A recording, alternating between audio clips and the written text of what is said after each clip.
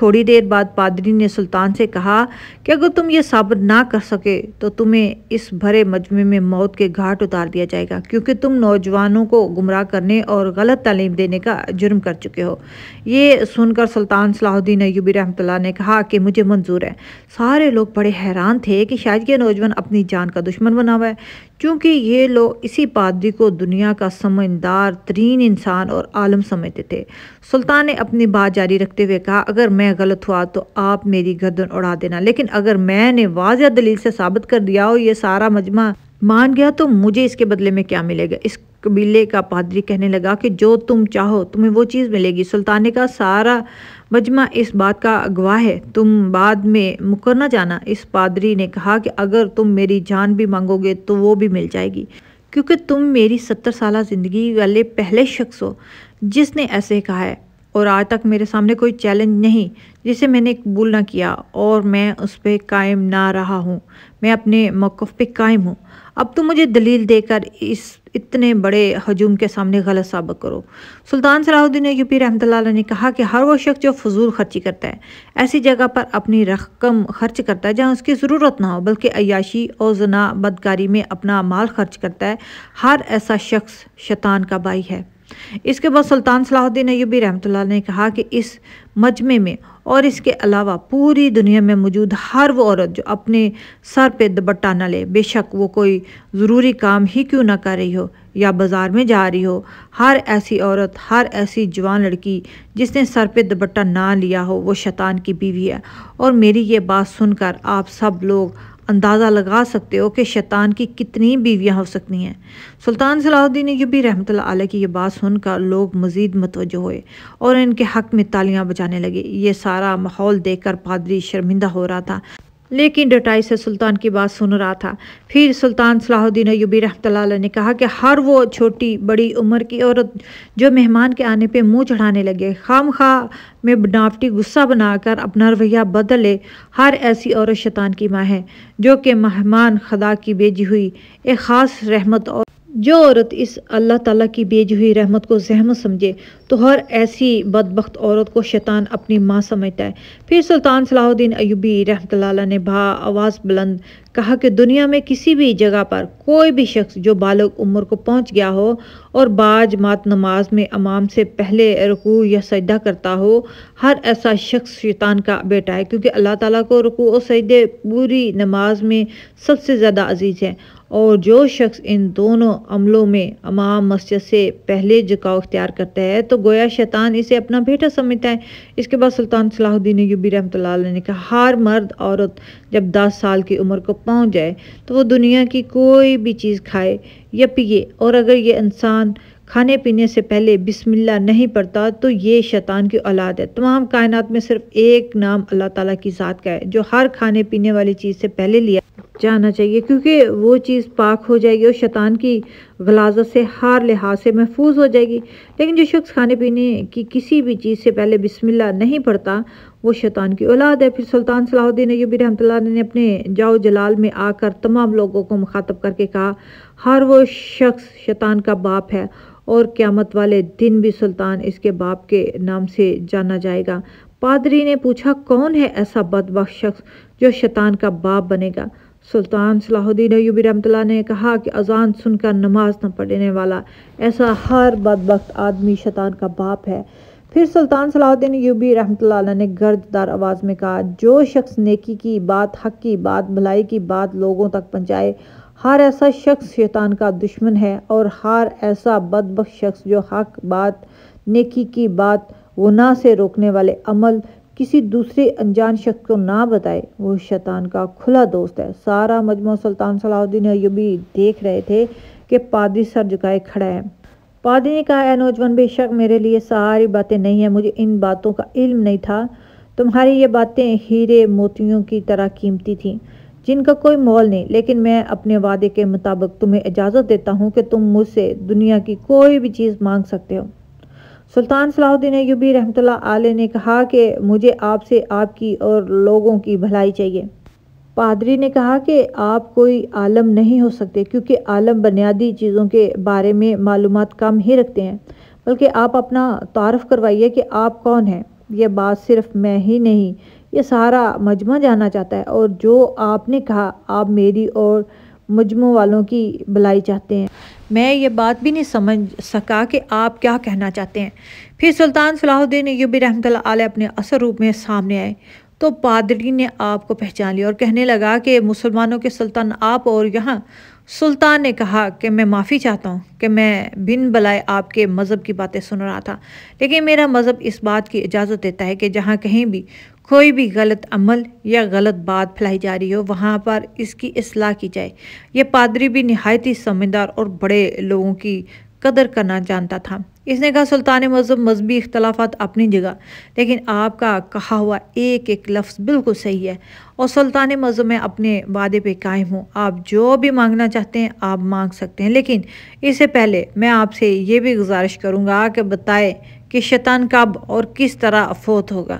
آپ کے بیان کی وجہ سے میں پہلے اپنے علم میں اضافہ کر چکا ہوں، لیکن شیطان کی بات چل نکلی ہے تو میں اور یہ ہزاروں لوگوں کا مجمع یہ جاننا چاہتا ہے کہ سلطان صلاح الدین ایوبی رحمۃ اللہ علیہ فرمانے لگے کہ قرآن مجید میں اللہ تبارک و تعالیٰ ارشاد فرماتے ہیں کہ ہر نفس کو موت کا ذائقہ چکھنا ہے، یعنی کائنات کی ہر جاندار کے لیے اللہ پاک نے موت کا وقت اور جگہ متعین کر رکھی ہے۔ اسے کسی کو چھٹکارا نہ ملے گا اور نہ ہی کوئی اسے بھاگ سکے گا، چاہے وہ مسلمان ہو، عیسائی ہو، یہودی ہو یا دنیا کے کسی بھی مذہب سے تعلق رکھنے والا بشر ہو، بے شک وہ گناہ گار ہو، نیکوکار ہو، پرہیزگار ہو، چاہے کسی بھی حال میں کیوں نہ ہو، موت کا ذائقہ ضرور چکھے گا۔ اس لیے ابلیس شیطان کو بھی ایک دن موت آئے گی، لیکن وہ دن کون سا ہوگا؟ کون ابلیس کو موت دے گا؟ کیا شیطان کو نزول یعنی کہ موت کے وقت اس عالم میں تکلیف ہوگی؟ شیطان کتنے عرصے تک موت کی نیند سویا رہے گا؟ یہ پادری، اس کے سپاہی اور تمام لوگ سلطان کا منہ تکتے رہ گئے۔ یہ تو بھائی کوئی الگ ہی مخلوق ہے، کیونکہ سلطان بڑی روانگی اور اپنے جاؤ جلال میں بول رہے تھے۔ سلطان نے فرمایا کہ جب شیطان مردود کو اللہ تبارک و تعالیٰ نے جنت سے نکال دیا تو اس نے اللہ تبارک و تعالیٰ سے قیامت تک کے لیے مہلت مانگی ہے کہ قیامت سے پہلے مجھے موت نہ آئے، لیکن اللہ پاک نے اسے وقت مقرر تک یعنی ایک خاص وقت تک مہلت دی ہے، جسے قرآن مجید کی سورۃ الحجر میں یوں بیان فرمایا ہے کہ اس نے کہا کہ اے پروردگار، لوگوں کے زندہ کیے جانے تک مجھے مہلت دے۔ اللہ تبارک و تعالیٰ نے ارشاد فرمایا کہ تجھے مہلت دی جاتی ہے وقت معلوم تک کے لیے۔ حضرت اسرافیل علیہ السلام پہلی دفعہ سور پھونکیں گے۔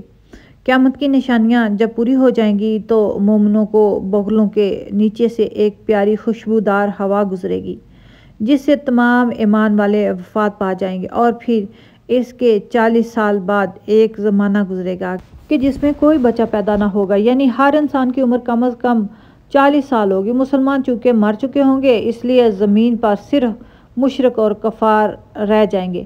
جب مومنوں کی وفات کو 40 سال گزر چکے ہوں گے تو پھر حضرت اسرافیل علیہ السلام پہلی دفعہ سور پھونکیں گے۔